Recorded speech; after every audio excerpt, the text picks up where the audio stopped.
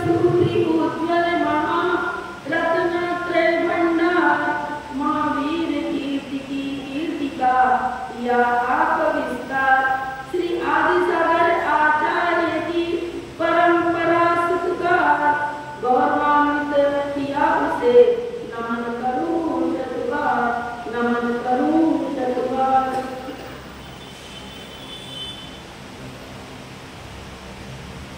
तीर्थंकरों की जन्मभूमि से उत्तर भारत तो प्रसिद्ध है ही, लेकिन आचार्यों में महारत्न स्वरूप जिनकी ज्योति आज पूर्व पश्चिम उत्तर दक्षिण सभी दिशाओं में बिखर रही है, फैल रही है, ऐसे महान रत्न आचार्य विमल सागर महाराज को भी हम नहीं भूल सकते। एटा जिला और पपतु छोटी सी कोसमा और पपतु में आचार्य विमल सागर का जन्म हुआ। कोसमा नगरी में यह सूर्य उदित हुआ। सूर्य एक होता है लेकिन पूरे विश्व को प्रकाशित करता है। इसी प्रकार विमल सागर महाराज इस कोसमा नगरी के एक अलौकिक सूर्य और चंद्र स्वरूप हमारे बीच में अवतरित हुए, उदित हुए। इनसे आवाज वृद्ध लाभान्वित है। रोगी शोकी दुखी प्राणी भी जब इनके पास पहुंचता तो निरोगी कार्य लेकर ही जाता था। अनेक दृष्टांत क्या, इनका जीवन अनेक चमत्कारों से भरा पड़ा हुआ है। स्वर्णिम इतिहास प्रतिदिन देखने को मिलता रहा, लेकिन वक्तव्य तो मात्र 10 मिनट का है। उनके जीवन को मैं बता नहीं सकती। फिर भी कुछ संदर्भ, सबसे पहले मैं अपने जीवन से संदर्भित विषय प्रस्तुत करूंगी। दौड़गिरी जय हम लोग संघ सहित माता जी के साथ और आचार्य श्री भी वहां उपस्थित थे। वंदना करी। वंदना करते समय माता जी ने कुछ इशारा कर दिया और आचार्य श्री को, अरे आगे नहीं बढ़ती है चले दीक्षा की बात करते हो, दूसरे टाइम भोजन की मिला समय पर तो आंख से आंसू गिरने लगते हैं। मैं नहीं जब करती दीक्षा होता, मेरा को तो पहले भोजन बाद में भजन, पहले भोजन बाद में भजन। ऐसा नहीं, 5 वर्ष के अंदर तेरी दीक्षा हो जाएगी। बोल दिया आपको क्या पता, मेरे अंदर तो आत्मबल इतना नहीं है कि मैं भूख प्यास को सहन कर सकूं। ठीक है, गुरुओं की वाणी प्रीत होती है। हम लोग सब कन्याकुमारी से 60 किलोमीटर दूर कड़गुमला क्षेत्र है। आपको कड़गुमला क्षेत्र सुना ही नहीं है। वास्तव में अभी हिंदुओं के प्रश्न है, वहां पर पहाड़ पर उनकी प्रतिमाएं विराजमान है। लेकिन गढ़ीराज का विजयवती माता की दृष्टि बहुत दिव्य थी। वो जब हम लोग उधर पहुंचे, वहां जैन धर्मशाला भी नहीं, कोई जगह नहीं, पहाड़ पर उनका ही सब कुछ साम्राज्य का, वैष्णव धर्म का ही, उनकी मूर्तियां। और उन्होंने कहा जाने का महापर्व आ गया है, हमको यही मिलेगा। अब निकट चंदी अजित आशीर्वाद के पिताजी अब चंदी करते साधु को जो हाथ पकड़ लिया वो करते ही है। अब कोई ना कोई व्यवस्था बनानी पड़ेगी, किराया पर धर्मशाला ली और वहां गए। माता जी साथ की वंदना के लिए पहुंच गई। वहां दूसरी वंदना किसकी नहीं जाऊंगी।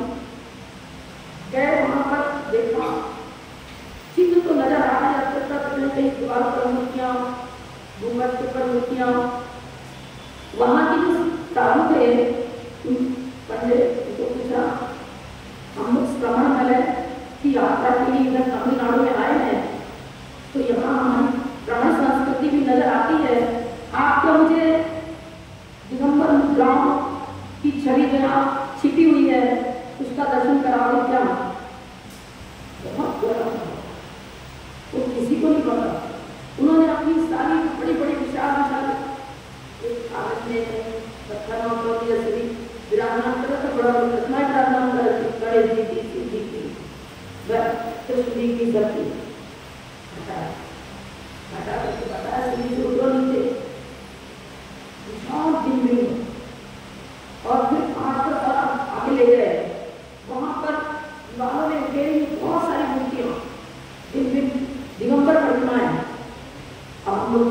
जाने लग गए और गृहस्थ अवस्था की शिक्षा बड़ी माता जी के जो बड़े भाई थे मोतीलाल जी वो जल लेकर जाते और सारी प्रतिमाओं का अभिषेक दिखाते, पूजन करते। हम लोग अष्टामी का महापर्व में मेरा वहाँ पर ही वंदना प्रति हुई, पूजन हुआ। अष्टामी का महापर्व बड़े अच्छी तरह मिला। अब विमल सागर महाराज की वाणी फलित होने लग गई। मैं ब्रह्मचारी आदेश नाम का हमारे मन में आया, हमें भी केस करना। बताया कुछ भी नहीं माता जी से, पर हिम्मत तो बने, कर पाती नहीं कर पाती, क्या बताऊं उनसे। सब बड़े बड़े लंबे बाल मतलब घुटने तक आते थे। कहते तो साथ किया और तेरे बड़े लग गए, कैसे कैसे होगा। साथ किया और जिस तरह से रात से व्यवस्था बना ली और हम तो कहाँ से पहले उतरेंगे माता जी को नीचे उतरे और बात खींचना चालू कर दिया। जब माता जी पास उतरे क्या कर रही है,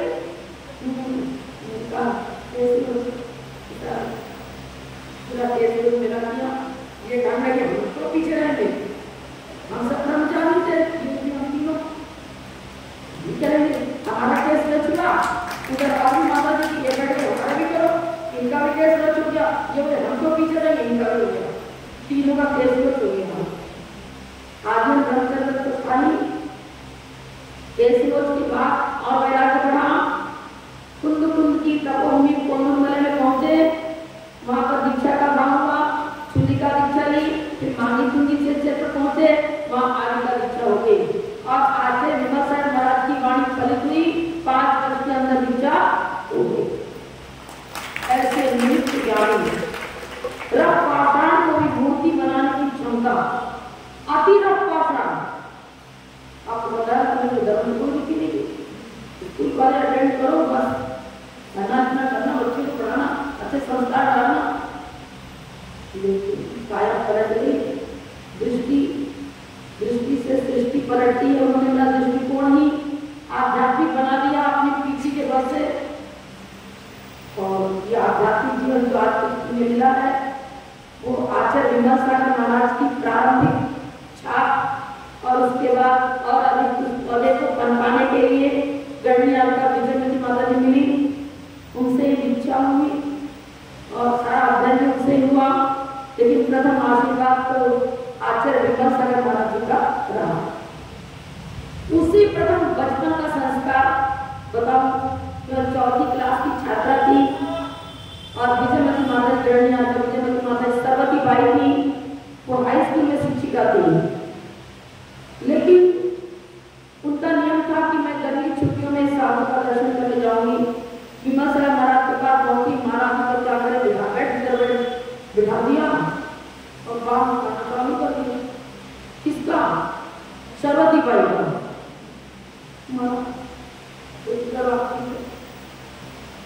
देश को छोड़ दिया महाराज। दीक्षा के बाद हमको बहुत सारी जिम्मेदारियां हैं। मैं हॉस्टल सुपरिटेंडेंट हूँ और सारा स्कूल की छात्रालय की व्यवस्था संभालती हूँ। मेरे पास सारा रजिस्टर है, सारा कार्य है, जिम्मेदारियां सौंपनी पड़ेगी। दीक्षा तो नहीं किया, जल्दी से जा, सारा कार्य सौंप कर दिया और एक 18 मिनट में दीक्षा होगी। ठीक है,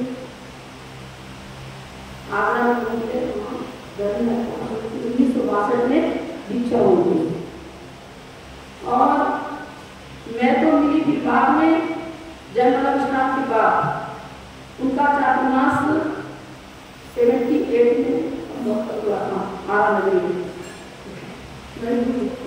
78 में माता जी से मैं प्रभावित हुई। गोमट साथ जीव कांड का अध्ययन उनसे सबसे पहले किया और इतना सुंदर उनका संदर्भ देखते सुनते ही मेरे मन में जैन फिलॉसफी तो बहुत अच्छी है। आत्म कल्याण होना है तो जैन धर्म से ही होना है। जैन दर्शन ही एक ऐसी कीमती वस्तु है जो भगवान्तर तक जीवन को परिष्कृत करती है, सुसंस्कृत करती है, मोक्ष मार्ग दिखाती है। अब मैं माता जी को नहीं छोड़ूंगी। विमल सागर महाराज ने एक नई दिशा दी और उस दिशा में पहले अंधकार को दूर करने वाली थी गढ़नियाल का विजयमती माता। मैं आचार्य विमल सागर महाराज के चमत्कारों को कहां तक बताऊं। फिरोजाबाद के पास में राजमहल अक्षय क्षेत्र है।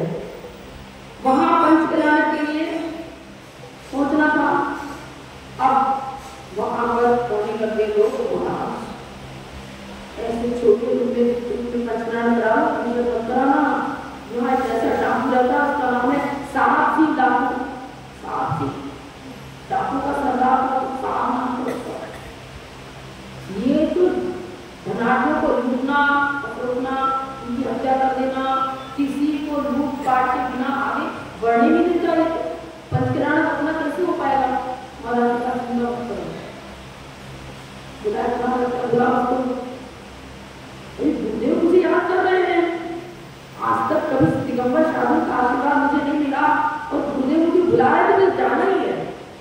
उसको बोला अच्छे से किसी आशीर्वाद से बेटा मैं तेरा मेहमान हूँ, यहाँ पर धार्मिक महोत्सव होगा और झंडारोहण तेरे से कराऊंगा। और जो झंडारोहण करता है पूरे पंच कल्याण को सफल बनाने का पूरा श्रेय और पुण्य उस झंडारोहण करने वाले को मिलता है। मुझे साक्ष्य पुण्य अर्जन करना है और मेरी पूरी व्यवस्था तेरे हाथ में है। अच्छे से अच्छी धार्मिक आयोजन होना चाहिए, कहीं कोई बाधा नहीं आना चाहिए, विघ्न नहीं आना चाहिए और मुझे झंडारोहण करना। कितना बड़ा श्रेय आप मुझे दे रहे हो, मैं धन्य हो गया। कोई तकलीफ नहीं आएगी आपको और पंचकल्याण बहुत अच्छी तरह से होगा। मैं हर प्रकार से इस महोत्सव को अच्छा बनाने का प्रयास करूंगा आपका आशीर्वाद से। के हाथ से ही हो वो क्या करता, पूरी रात जागरण करता। इसकी और में आने सब आए थे, कहीं कोई दूसरा ना आकर के बिन माला डाल दे। और संत की गाड़ी की छत पर बैठा था आशीर्वाद से इसकी हिम्मत जो इधर आवे पंचकल्याण पूरा हुआ। आगे तक बिहार में कराया ताकि निर्विघ्न यात्रा भी मुझे भी संपन्न हो। ये मुझे शक्ति की गिरे से गिरे व्यक्ति को जिसके अंदर क्रूरता हिंसात्मक प्रवृत्ति उसको भी अहिंसक बना दिया और धार्मिक जीवन उसका बन गया। इंदौर की बात हमारे पता हो सकता कोई दूसरी हो। रामशाह जी का मंदिर था इंदौर के रामशाह जी गढ़ी आपको विजयवती माता सुनाती थी, उसकी मैंने कॉपी में नोट किया। वो जब आचार्य महाराज अलग अवस्था में थे, विमर्शन महाराज की सभी आचार्य महाराज से चुल्लर दीक्षा, दीक्षा, मुन दीक्षा सब मालूम महाराज दे रही थी। अब वो उस समय बड़वानी विराजमान थे अलग जी और वहाँ इंदौर में इसकी चांदी की प्रतिमा चली गई।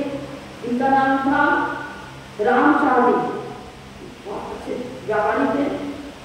लोगों ने बताया अलग जी बहुत ज्ञानी है, अब वही चलो आपकी मूर्ति कहीं मिल जाएगी। अब वहाँ पहुंचे, अभी गेट में घुस ही रहे वो तो सेठ दूसरे थे। महाराज बेचारे इसलिए तो आया है तेरी प्रतिमा थोड़ी चली गई, मुझे पता ही नहीं पहले जाते इधर तो उनके नक पर कालिज लगा दी और कुछ और उसको काला कलर इसको नाखून में कालिज लगाई ना, इसमें नजर डाल तो दूसरा उसका मित्री थे वो दूसरे भाई उठाते हुए दिखाया, फिर ले जाते हुए दिखाया। वो अपने घर पहुंचा, बॉक्स में रखा, प्रतिमा जी को बंद कर दिया, सब दिख गया। पहचान को जिसको रामपुरा को और महाराज जी का अभी तुरंत जाओ और मित्रों जाना कुछ बोलना नहीं, जाते साथ उससे बात ही मत करना, सीधे उस पेटी के पास पहुंच जाना जहाँ जिसके अंदर प्रतिमा पड़ रखी थी। वो पेटी को सारे प्रतिमा साथी लेके जाए तो कर नहीं सकते। अब सारे एक सम कभी भी ज्ञान कुछ कर नहीं सकते। गढ़ी आकर विजयवती माता जी जब आश्रम में पढ़ाती थी वो न्यायाधीश की परीक्षा देकर आई। उसी समय जयमला विश्राम में संघ सहित आचार्य ब्रह्मचार्य महाराज का पहुंचना हुआ और माता जी के पिताजी का सर्वनाश हो गया था जब अंतिम पेपर पास थे। तो वो अंतिम पेपर को देने के समय बहुत दुखी थी क्योंकि अब पतिदेव का भी आपको बताया था कि जब वो विवाह हुआ 6 महीने के बाद ही पतिदेव का सर्वनाश हो गया था। अंदर पता कभी बताऊंगी के लिए और संग पहुंचा माता जी को ब्रह्मचारी की जरूरत भाई, दर्शन किया, नारियल चढ़ाते थे, तू फर्स्ट आने वाली थी, लेकिन तेरा इस पेपर में इस ये वाला क्वेश्चन नाम भी बता दे, तीसरे नंबर का क्वेश्चन गलत हो गया थोड़ा, इसलिए फर्स्ट नहीं आई, सेकेंड आई। और ये भी बता दिया कि तू दीक्षा लेगी, लेकिन मेरे से दीक्षा तो मेरे से होगी, लेकिन रहेगी दीक्षा मेरे से होगी, भी हुई, लेकिन रह नहीं पाएगी मेरे पास। पक्का नाम बहुत लंबा होगा, संक्षेप बताऊंगी।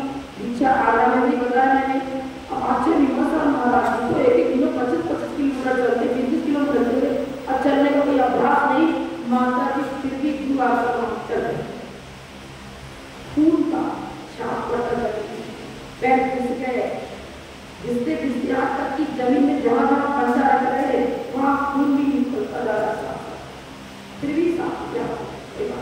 पहुँचने के बाद और महाराज जी पीछे से पढ़ते अच्छा बुद्धि होगा, बड़वानी में गुरु शिष्य का सहयोग हुआ, आचार्य महाराज जी वहीं पहुंच गए, महाराज जी सर से वहीं माता जी भी थे। आचार्य समझता महाराज जी ने निवेदन किया, मुझे अपने गुरुदेव के पास छोड़ो, तो विशेष अध्ययन करना है। कोई बात नहीं, कोई बात नहीं।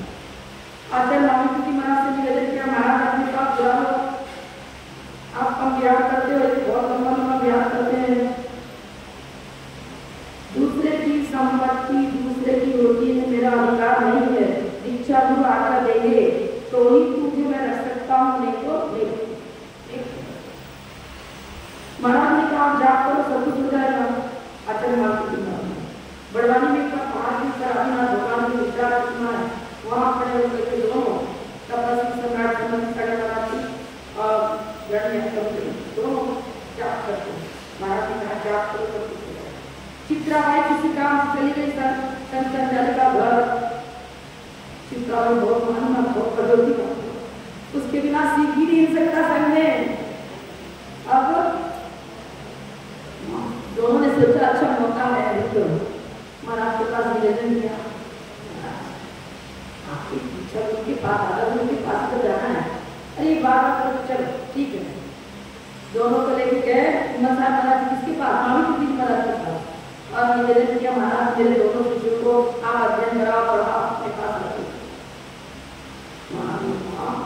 मेरे पास रहोगे, मैं बहुत उच्च प्रवृत्ति का हूँ, घड़ी नहीं रख सकते, माला नहीं कर सकते, चटाई नहीं कर सकते, आप बोलो मैं घाट पर जमीन में सोता हूँ, जो आज्ञा सब करूँगा। मोक्ष मार्ग का तो परिषद तय करने का अभ्यास होना ही चाहिए, तुरंत का तुरंत साथ ना करके आप जैसे कहो कैसे चले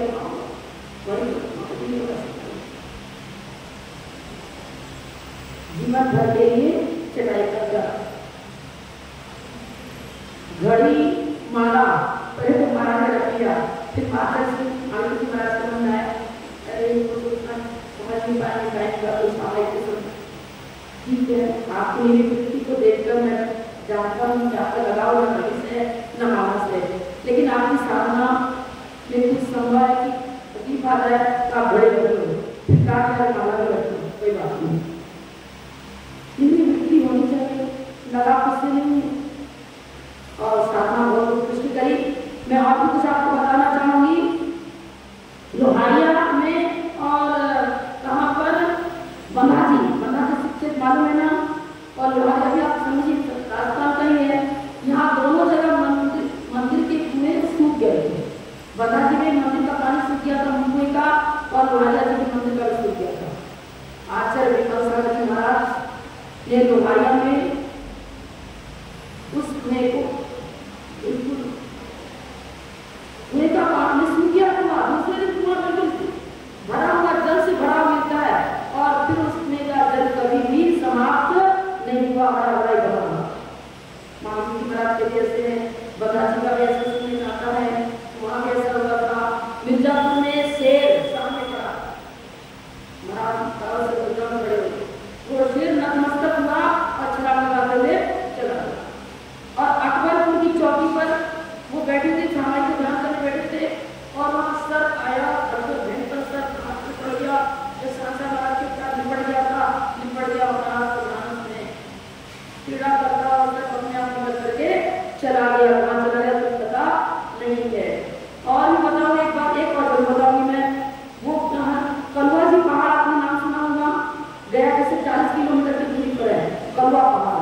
वहां पर वैष्णव नवल है।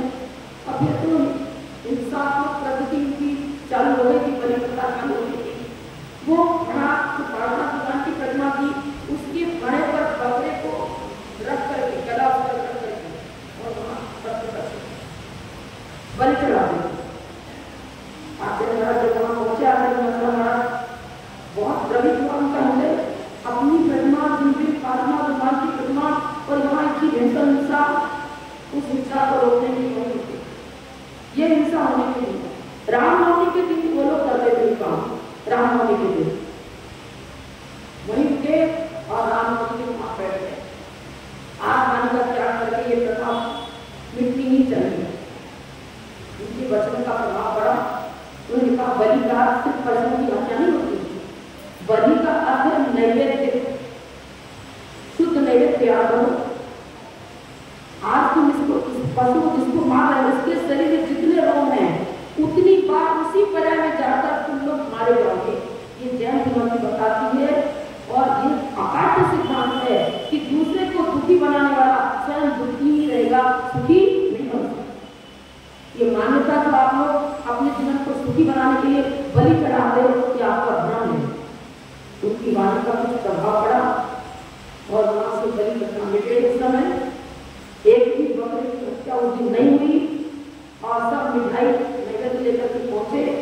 उनका जो पूजन अनुष्ठान है उसी प्रकार से किया। इसी तरह बहुत जगह आप गुलौर में तो भैंसों की बलि होती थी। महाराज वहां पहुंचे जब और यही पर उनका आ गया, महाराज ने आम खाने का त्याग किया। उन सालों को बोला बलि चढ़ा तो मेरी बलि कर देती, वैसे तो नहीं करते, उनका इनकी बलि नहीं होती। कुछ लोग बोलने लगे मेरे तो नियम दिया है, मेरे पुत्र का जीवन का बचेगा जब मैं बलि चढ़ा दूं, ऐसा कुछ नहीं होगा। महाराज ने बहुत संबोधन दिया और उस प्रथा को बंद किया और कहा कि मेरी बात आप लोग स्वीकार करो, जैसे मैं आज्ञा दूं वैसा करो। तो जितने लोग गरीब हैं वो सब इतने धनाढ़ हो जाएंगे कि कई पीढ़ी तक उनका धन समाप्त नहीं होने वाला, मेरा आशीर्वाद। और वास्तव में जिन्होंने नियम लिया कि मैं आगे हिंसा नहीं करूंगा, उनका धन वैभव सब बढ़ता चला गया और घर घर में जो झोपड़ियां थी वे वाहन के रूप में देखने लगी। बड़ा बड़ा आलिशान उनका मकान बन गया। और गुलौर वाले आज भी आचार्य विमल सागर महाराज की जब भी संकट आता है उनका स्मरण करते हैं और उनका कार्य हो जाता है। और हम लोग तो सब उसी के उन्हीं के लगाए हुए पौधे हैं। और गुरु भले ही दूर हो, लेकिन सूरज बहुत दूर होता है, लेकिन उसकी किरणों से हमें प्रकाश मिलता है।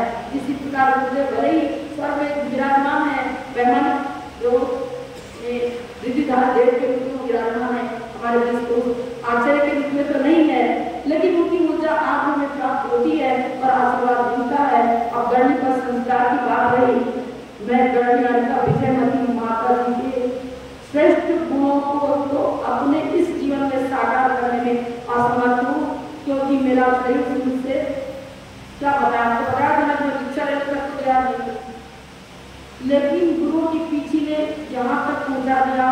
अब मैं साधना मार्ग पर तो आ गई हूँ, लेकिन जो गुरु गुरुओं में थे उस गुरुओं का एक अंश भी मेरे पास प्रैक्टिकल के रूप में संभव हो भी सकता, नहीं हो सकता, मैं तो नहीं कर सकती, लेकिन उनकी देशना कर्तव्य में जमी हुई है। उनकी देशना से पूरा मेरा जीवन नवल भरा पड़ा हुआ है। प्रत्येक देशना गहराई को लिए हुए है और उन्हीं की देशना मैं आपके सामने प्रस्तुत करती हूँ। मैं तो पोस्टमैन हूँ, डाकिया चिट्ठी बांटता है, लिखता नहीं है।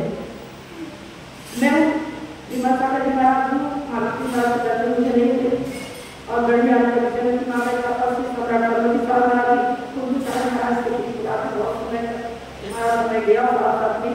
इन गुरुओं के द्वारा जो कुछ मैंने उपलब्ध किया, थ्योरिटिकल प्रैक्टिकल में अंशांश में ट्रायल पीरियड में हूँ। मैं तो ट्रायल पीरियड में आप जैसे नौकरी लगती ना तो पहले कुछ दिन तक मुझको बोलते ना अभी अभ्यास करो, अभ्यास करो।